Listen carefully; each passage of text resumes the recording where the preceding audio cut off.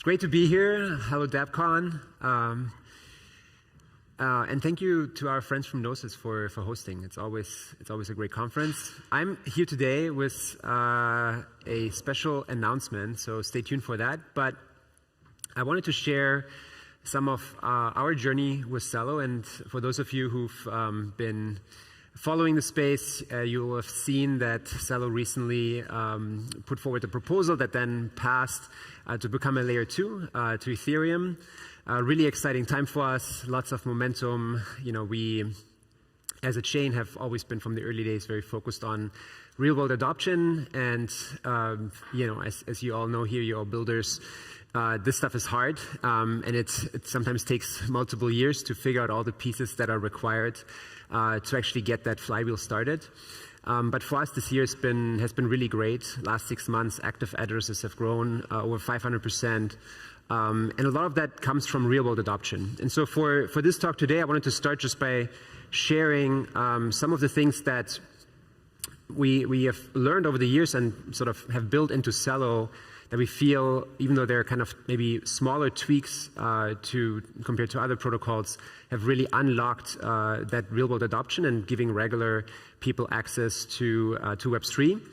And then, you know, give a really great example, something that's happening today, and that's the special announcement. So, yeah. So maybe jumping right in here, I think when you, and all of you are Dapp builders, so you've probably seen this firsthand yourself when you launch kind of a new feature or launch your app, and you see where some of the friction comes in. And with Celo, we've, from the very early days, have been very focused on trying to remove some of that friction directly at the protocol level.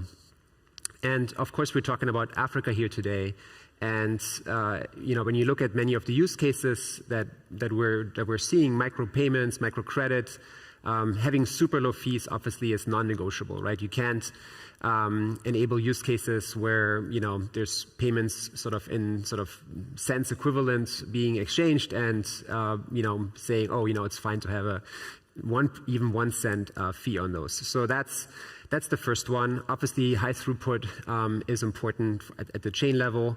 Fast finality, right? Anything where we're trying to kind of have people make peer-to-peer payments or merchant payments, right? You absolutely need that fast finality to enable that use case. A very human-centered approach, which, you know, I think many of us here are very comfortable, maybe not at this point, you know, kind of juggling public keys for payments or ENS names, but most of us, you know, have a phone in our pocket, and that number, you know, or an email address is a much better way, right, to kind of de-risk sort of that user experience, and that kind of, at the time of a transfer, sort of, you know, people getting a little worried that is the money really going to get there. And so Celo, among other things, has a protocol built in called Social Connect that trustlessly, and there's a sort of privacy-first approach, maps phone numbers to public keys and allows sending any token just to a phone number, which is really a game changer in terms of adoption. Gas payable in tokens, something that when we first started working on that was a novelty. Now we're seeing it adopted in more and more places, but obviously really makes the user experience a lot easier as well when you don't have to, you know, say someone sends you some stable coin and now you have to figure out, where do I get ETH, right, to make a payment to a friend. The last one I'll touch on is the easy on and off ramping. And this is one where, if you had asked me 6, 7 years ago, hey, what are the hardest things about, you know, building the stuff that you're looking to build? I would have talked about, you know, like ultralight clients and ZK stuff, but I would have totally assumed that by now we would have completely, as an industry, solved on and off ramps. We haven't. We've made some good progress in many markets now. You're able to cash in, cash out, even from mobile money, seamlessly and at almost near zero cost. Celo has open sourced and kind of released an open standard called Fiat Connect, which is really aims to kind of minimize the complexity that comes with just having all these different on and off ramp providers and all these different markets. And anyone here who's, you know, used the wallet or has been building wallets, right, will know that pain point. So definitely, I feel across those things, these have all been factors that I think have contributed towards seeing that kind of real-world adoption, regular people being able to use wallets, and then dApps built on top of protocols. And so yeah, so we yesterday we sort of put this up on Twitter, and it is really big news. And I'm usually not someone who uses euphemisms a lot, but I was just last night rereading the early white paper that we wrote for Cello, and what we're announcing here is really, to me, is a massive milestone, because it really takes a lot of these concepts and some of the things I've shared here that we've seen actually work at smaller scale and brings it to a massive scale. And so I'm super excited here to announce today that the Opera team, who I'll now ask to come up on stage, is launching a product called MiniPay that we're excited to tell you more about. So come on up. I'll play this little clip while you guys come up. Let's see. Let's see.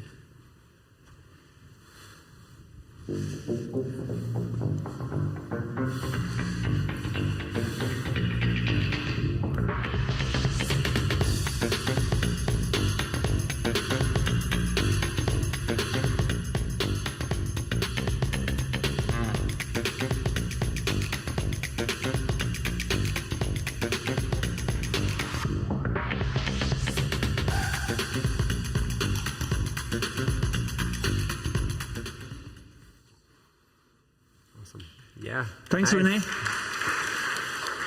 Thanks, guys. Super excited to be here. Very glad to come back. We've been here before, some years ago. But thanks for the intro, Rene. I think you talked about a lot of the good things that Cello Foundation and you guys bring to this collaboration that we've been partnering on now for a long time.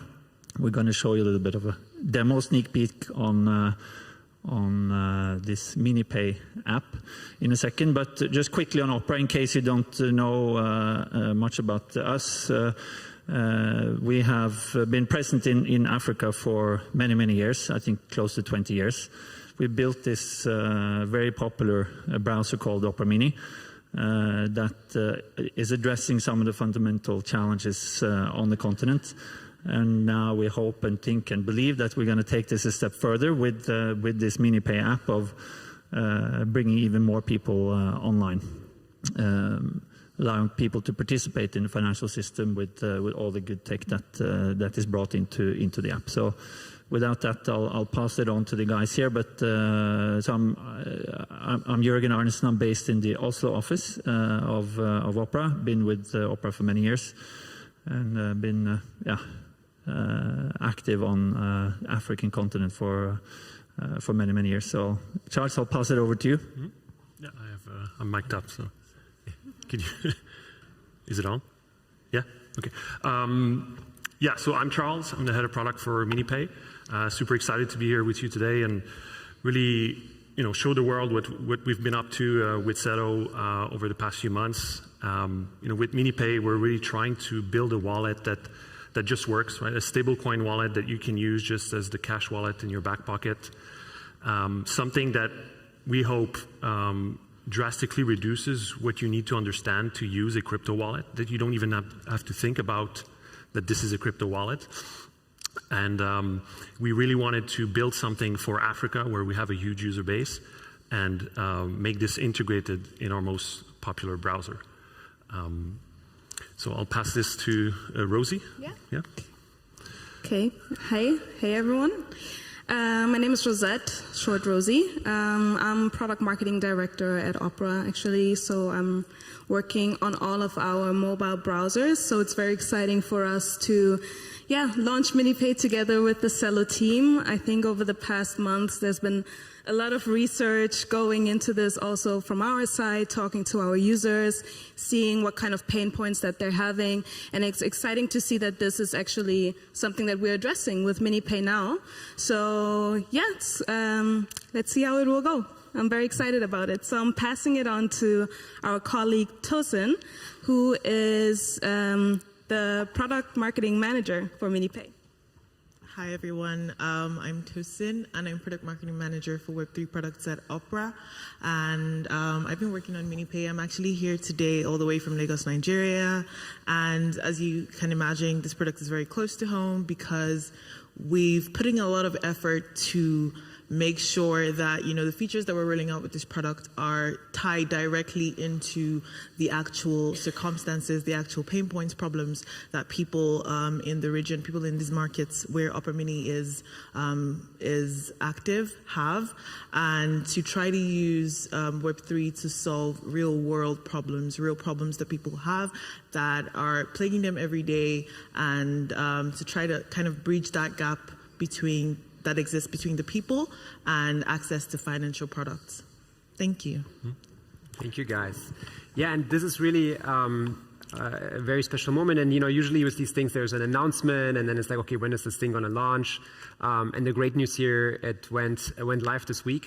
So it's live right now in Nigeria, and it's going to roll out to the rest of the African continent in the coming months. And we wanted to give you a quick taste for what the experience looks and feels like. So I'll pass it over to Charles to... Yeah, before you hit play on the demo. Oh, yeah, sorry, no, this one. Yeah. How do I go to the next? Yeah. Mm-hmm. Yeah. So before I show you a demo of what it looks like, because this is a real life product, again, in Nigeria that we're starting to roll out. Just as this is a rather developer-centered conference, just to give you a bit of a technical background as to what this product is in nature. It is a full non-custodial wallet that has the convenience of Web 2, but really the full power of Web 3. And we really tried to address three key problems when we started to build this. One is key management. Second is addressing and how people discover each other and send payments to each other. And then lastly, you know, making sure that users only have to deal with one currency, right? The idea that you have to get a network currency to pay for payments was out of the question. So we built this with these three things in mind. And the good thing is, especially when building for Africa, is that the dollar itself has a huge appeal. Right? People actually want access to dollars, and dollars on the blockchain are something that people are actually quite interested in, because it allows them to access something that they couldn't in the traditional system.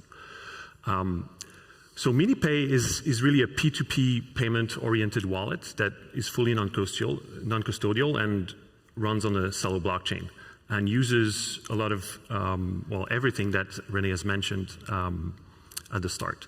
So Social Connect for mapping phone numbers to addresses in a privacy-preserving way. Fiat Connect to really amplify the coverage for adding cash and withdrawing cash with local providers. And of course, super fast block times, super cheap fees. Right? A lot of people talk about low fees being around 5 cents, but you know, if you're transacting with $1, you know, 5 cents is 5%, right? So with MiniPay, you're seeing somewhere in the 1/10 of a cent range of fees. So we think that's a really attractive proposition for our users in Africa. So I'll start with the demo. On the left, you have a phone that's in Kenya, and the one on the right is in Nigeria. So the one on the left is just reinstalling the app and going through the onboarding, right? Really simple language, send and receive instantly with phone numbers, powered by USD stablecoin, in this case, Celo dollars. And really try to give this a friendly vibe, right? We like to think of MiniPay as sending a paper plane with a dollar bill. And whether or not you're an existing user or a new user, you're presented with this sign-in with Google experience. And we do that because we are an Android app that's already well distributed, and we can leverage a lot of that functionality. So in this case, I'm an existing user. I'm restoring my wallet with one click. I secure it the same way I lock my phone with my fingerprint or Face ID. And then, even though this is a stablecoin wallet, users sometimes prefer to see the amounts in their local currency. So we try to make a best guess there. So this is the main interface. And let's say I want to send $10 to my buddy Rene here. Of course, we integrate with the contacts. I pick him there. We use Social Connect to resolve that to a wallet address, not showing it to users. And boom, with one click, we send the paper plane, and it arrives on the other end within 5 seconds. Thank you. So that was a bit too fast, so we'll do it again. Again, I'm generous to Rene. I'm going to send him $10 again. And you know, from opening the app to sending $1, like you could literally do this under 10, 15 seconds, picking the contact and everything. So it's really quick, and it has this magic feel to it. And again, full non-custodial, user own their keys. Of course, you can expose your QR code if you're next to that person. Here you see your transaction history, and we have an Add Cash button where we partner with both global and local partners to enable cash in and cash out.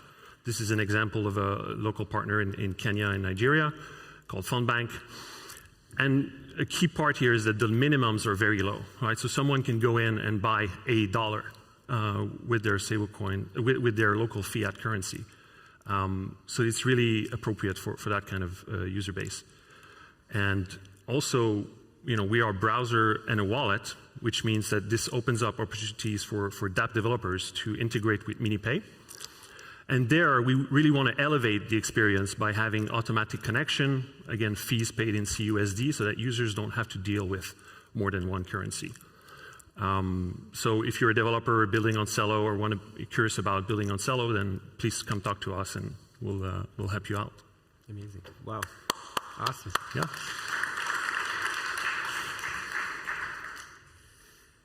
See, how do I get to the next one? All right, yeah. And, you know, we have Tosin, Rosie, Jorgen, Charles here with us today, so don't be shy, come up after and talk to the team. We're hosting a workshop and happy hour later today at the Factory Görlitzer Park at our community space. So yeah, I think if you're building dApps, if you're thinking about how to reach you know, a big audience, and you know, Opera has over 100 million users across the African continent, then definitely make sure to take a photo of that QR code right now and join us later. This was really exciting, and I think it's really going to bring a lot more dApps to regular people, and starting with the African continent, but from there obviously expanding to the world. So thank you everyone for coming. Thanks Opera team for being here with us today for this exciting announcement. And yeah, thanks DappCon.